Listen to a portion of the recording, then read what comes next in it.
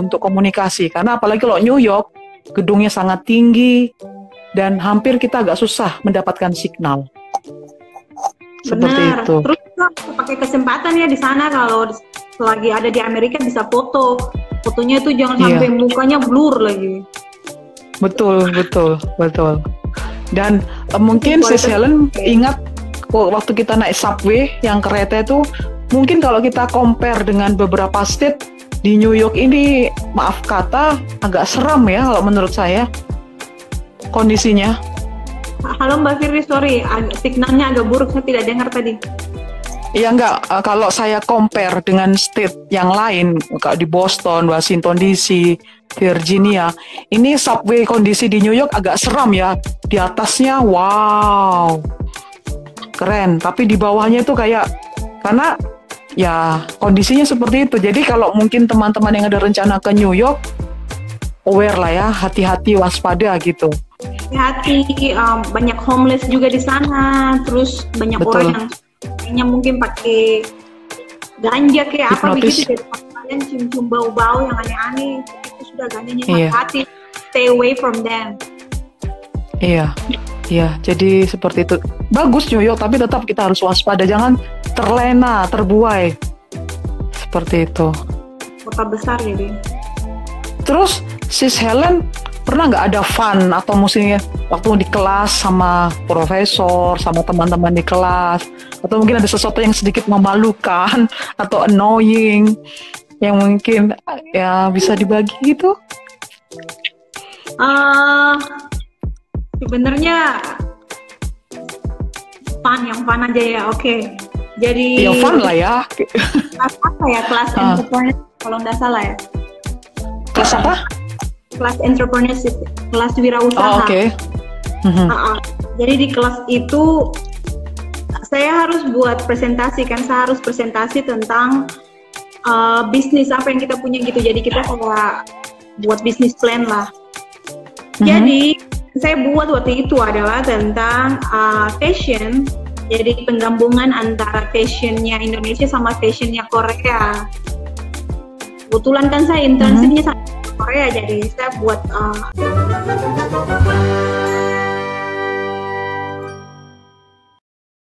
Hi, help me. We are from Virginia. Okay, so I think that we go to Washington, New York, and Boston. The bus is coming. So please book the ticket, book the accommodation. Okay? Help me. We see you in Virginia. Arigato. Okay, help me. See you, help me. See you, Sarif. See you, Farsan in Boston. See you, Liberty in New York. Oh, we're waiting for you, help me.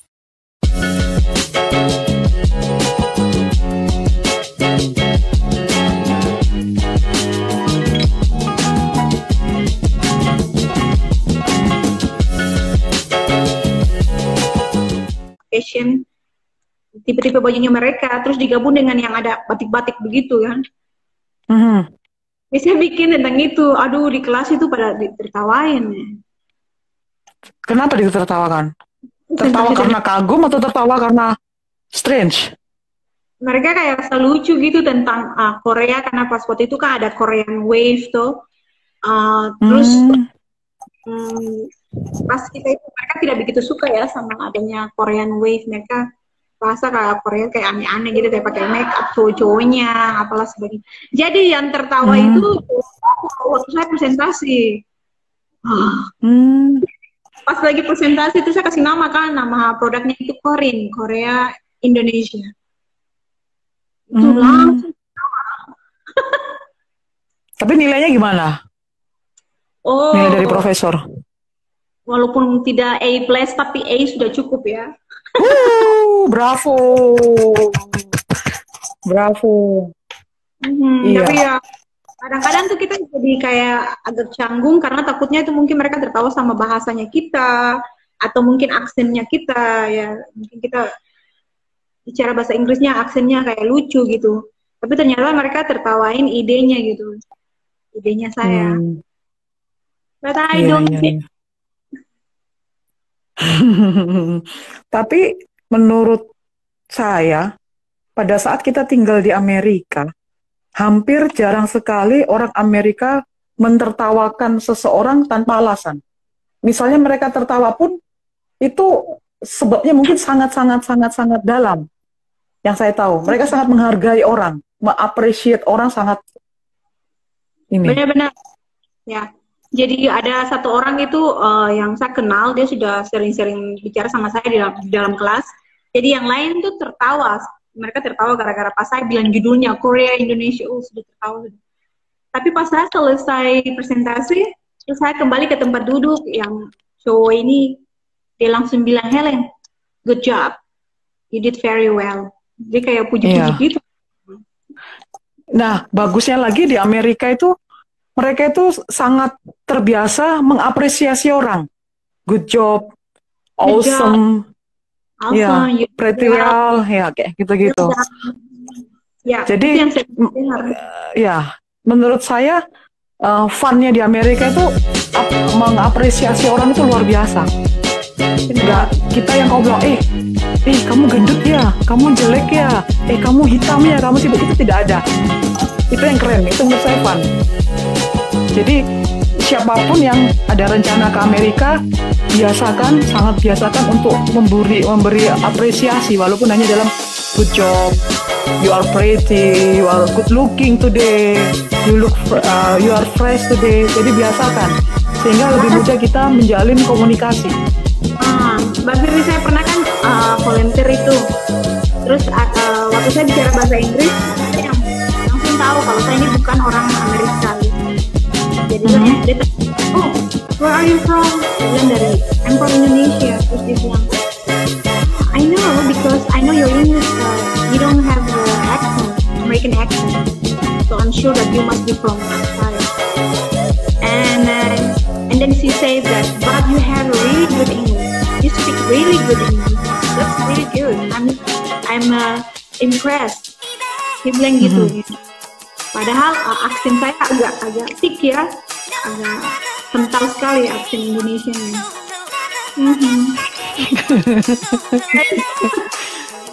Jadi itu bagus ya. Jadi mungkin teman-teman yang nonton ini bisa terinspirasi bahwa biasakan kita untuk mengapresiasi hasil karya orang, apa yang dibuat orang sekitar kita, sehingga ketika siapa tahu kalian yang nonton ini akan pergi ke Amerika, hal itu bukan jadi sesuatu yang tapi sesuatu yang terbiasa, jadi sesuatu gaya hidup, gaya bicara, seperti itu. Terus mungkin Helen bisa cerita tentang kefanan saat mungkin ikut komunitas lain gitu, komunitas apa lagi di luar program? Di kampus ada namanya club sama ada namanya interest group. Oke. Lebih ke minat. Jadi ada club, ada minat. Setelah kita mau masuk atau gabung di mana. Jadi waktu itu saya gabungnya kalau yang club itu untuk bahasa Inggrisnya yang untuk international. Ini namanya iConnect, International Connect. Jadi untuk mereka yang mahasiswa internasional, biar mereka bisa latih bahasa Inggrisnya lagi lebih dalam. Terus ada yang namanya interversary, waktu itu interversary. Mereka lebih fokus ke religion, tapi ternyata di religion mereka lebih ke hal-hal yang bersifat sosial ya. Tapi mereka memang berlandaskan kayak kekristenan gitu.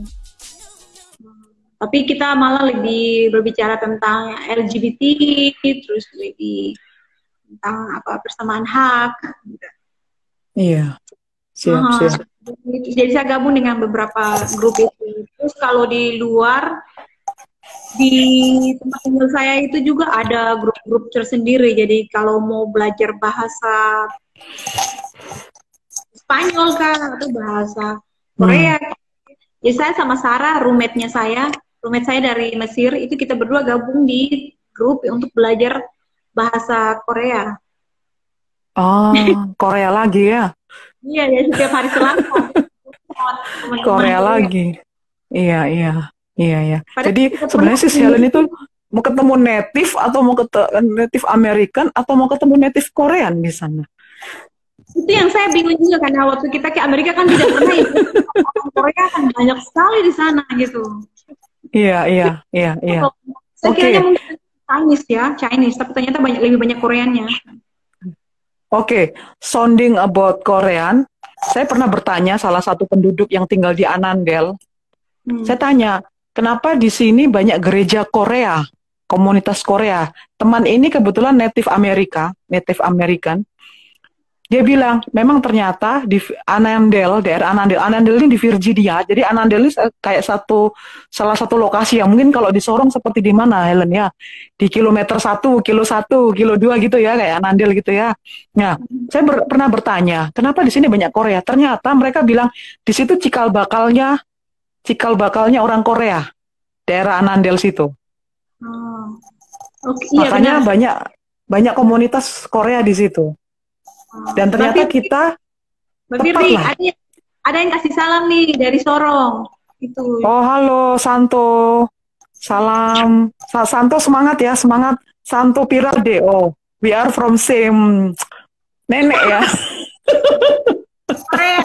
Ini dua orang Korea. Oke, jadi kita ya mungkin kita harus diposisikan di situ Anandel, dan kita setiap hari lewat Anandel, dan ternyata itu memang cikal bakalnya komunitas Korea di Virginia. Waktu tiba di sana kaget juga kan karena banyak toko-toko, restoran, Korea. semua pakai nama-nama Korea. Iya. Oke. Terus si Helen pernah nggak nyobain ice skating? Gimana rasanya itu ice skating? Melelahkan sekali. Hah? Takut jatuh dan melelahkan. Waktu jatuh rasanya gimana? Pusing, sakit, atau pedis? Kalau saya sih sakit ya. Waktu saya jatuh itu tangan saya kayak ternyata es itu sakit loh. Jadi ya tertusuk gitu, jadi sakit. Betul. Saya takut sekali jatuh. Apalagi kalau jatuh dengan pantat itu dengan iya, betul. Sakit. Ini kayak semen biasa, kayak floor biasa itu. Jadi ngomong tentang ice skating, saya ingat waktu itu kita ditraktir sama dokter Peter Kim ya, yang dokter gigi itu, untuk ice skating di daerah mana saya lupa. Nah, waktu itu saya memberanikan diri mencoba. Sebenarnya saya takut, tapi kupikir why not? Nah, ternyata saya baru tahu ice skating itu setiap 30 menit harus dikasih halus lagi dengan mobilnya. Dikasih halus lagi kan? Nah, saya sudah berdiri pada sisi ujung. Terus saya bingung, kenapa kok tiba-tiba ini lapangan sepi? Orang-orangnya kemana? Terus saya dipanggil, hey, come outside, kamu keluar, kita mau bersihkan lapangan, kamu kesini. Langsung saya teriak, Helen. Saya bilang, bagaimana saya mau keluar? Untuk berjalan saja saya nggak bisa ke sana. Jadi dibilang malu lah, karena saya dilihatin satu lapangan yang sudah keluar, menunggu untuk lapangan itu dihaluskan lagi. Saya nggak bisa bergerak, saya sudah tersesat di ujung sana, untuk kembali nggak bisa. Akhirnya teman-teman yang datang sama saya, yang teman-teman Korea, datang 2 orang membantu saya. Jadi satu tarik tangan kanan, satu tarik tangan kiri. Karena saya nggak ngerti, baru ngeh ternyata mereka setiap setengah jam atau 20 menit itu dihaluskan lagi esnya. Jadi fun sih menurutku, pengalaman baru belajar ice skating. Dan ya bersyukur ditraktir, karena kalau biaya sendiri mahal kan ya. Pulangnya pakai makan lagi. Sama dokter pasti. Iya, karena saya lihat teman-teman Korea ini kalau mereka sudah berteman ya sangat sangat luar biasa. Ya, meskipun yang dokter Peter ini seseorang yang sangat wow, tapi dia seperti apa ya, humble. Dia humble. Aduh, Dia sangat suka. Itu piring-piring kotor di gereja juga dia angkat itu. Padahal dia rumahnya sangat lebih besar dari istana, sangat besar sekali hidup rumah. Sangat besar, iya betul. Jadi kita bersyukur ya. Anaknya ada 3 kan, jadi di tiap kamarnya itu ada piano, ada keyboard, semua ada drum. Aduh, ada drum juga. Sultan. Iya. Sultan ya, istilah sekarang sultan ya. Tapi meskipun sultan, tapi mereka humble. angkat piring kotor, bawa Iya, sampah. iya, Seriously. iya. Terus yang saya ingat, Helen ini senang sekali dengan fast food, yang fried chicken itu. Yang favoritnya Helen di mana? Tempat Oh, makan untuk fried chicken, yang ada madu-madunya itu. KFC, guys. KFC. KFC ya. Di Indonesia sama di Amerika tuh ternyata beda ya. Sangat berbeda. Kalau menurut saya Bedanya beda gimana sekali. tuh? Karena kalau di sana ya banyak sekali dia punya variasi chickennya. Oke. Iya, Jadi iya. ayamnya itu banyak. Jadi ada yang kayak hot honey chicken milik saya itu. Terus ada Aha. yang juga. Terus ada banyak yang kayak dia pakai campuran apa yang warna hitam yang Elvi suka itu. Hmm. Rasanya itu. Oh, barbecue. Hmm. Tapi yang lucunya gini, kalau saya notice, kita beli saja satu minum, setelah itu selanjutnya tiba sepuasnya untuk minum. Minumannya itu kita bisa refill, kita bisa ambil lagi. Iya, sepuasnya. Minum terus. Terus ada yang biasa curi. Ada yang biasa kalau ke sana bawa botol.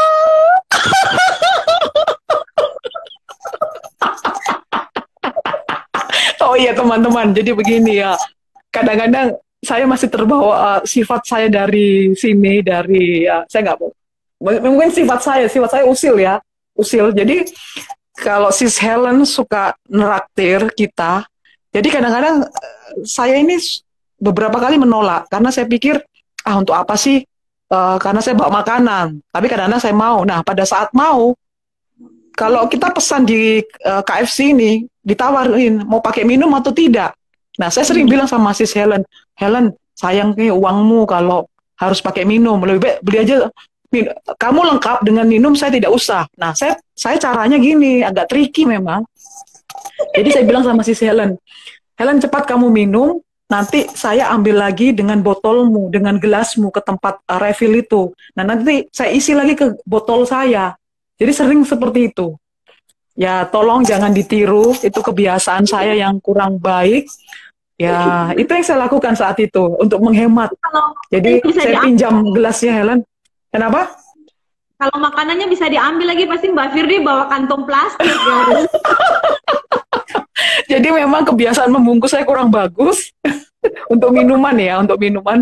Jadi saya suka bilang sama Helen, jangan bayarin saya dengan minuman, makanan saja. Nanti yang itunya, saya selalu bilang alasan, saya punya air di botol. Karena sebenarnya nggak ada. Jadi saya pinjam gelasnya, saya suruh dia minum, nanti saya refill pakai gelasnya dia. Saya masuk ke botol saya, seperti itu sampai kita selesai makan. Refill terus di bawah meja baru diisi ke botolnya yang kosong. So tricky, ha? Iya, berarti kamu mengamati betul ya?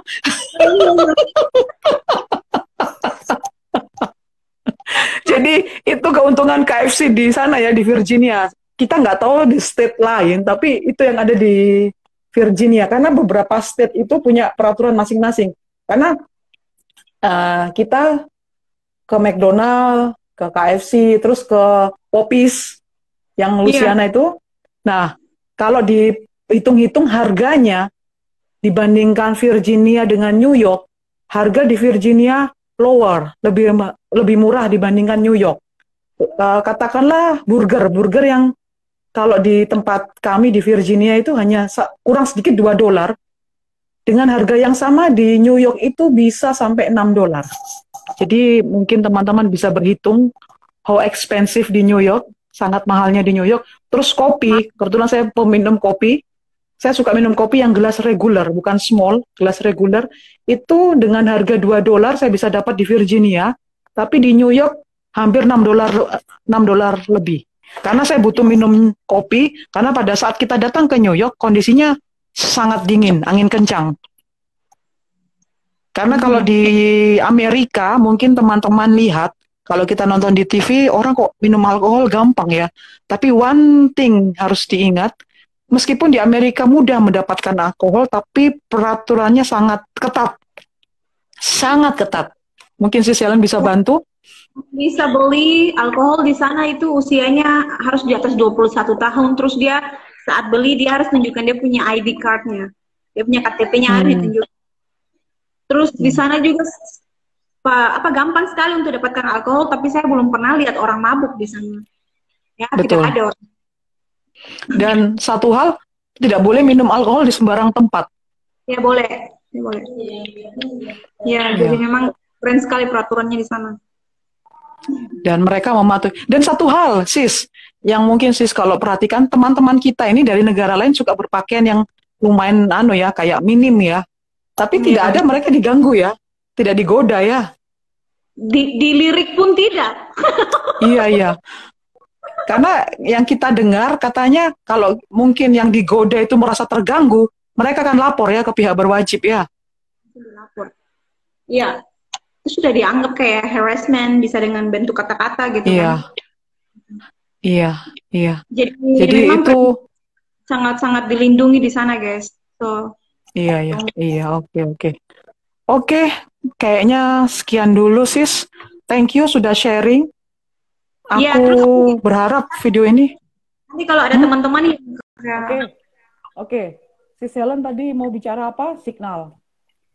Iya, saya mau bilang kalau nanti di sana terus kalian dapat stipend, uang yang nanti kalian dapat untuk kebutuhan sehari-hari itu harus pintar-pintar untuk save ya, biar bisa beli HP yang bagus, biar bisa capture all the moments.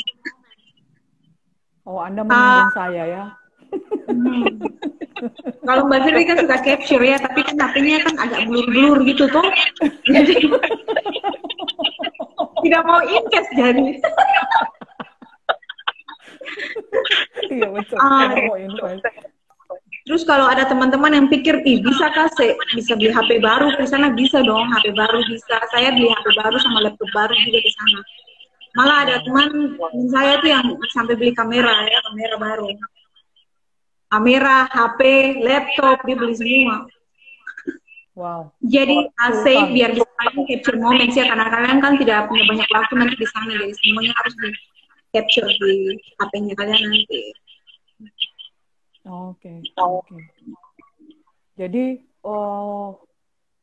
hal-hal yang tadi kita share saya dengan Sis Helen ini adalah hal-hal fun yang kami lakukan pada saat kami di Virginia State.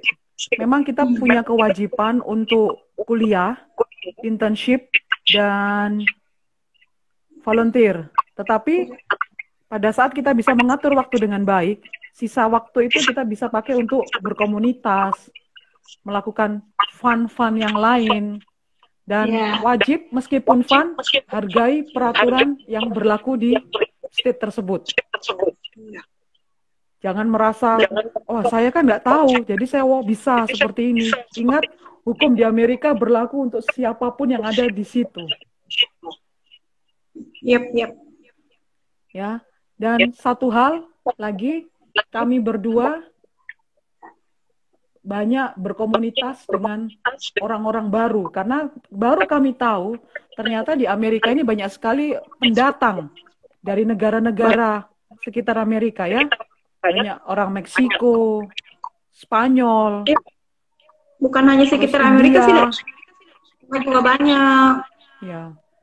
Jadi dari Turki, dari Mesir juga. Betul, India. Jadi pada saat kami datang, kami berinteraksi dengan orang asli Amerika, tetapi kami juga berinteraksi dengan teman-teman dari banyak negara. Dan memang pada saat itu dibutuhkan kebijaksanaan kita, kedewasaan kita dalam berpikir, bersikap, dan berkata-kata. Karena di sana jangan sampai mulut kita ini menyakiti atau menyinggung perasaan teman-teman kita. Iya kan? Yep.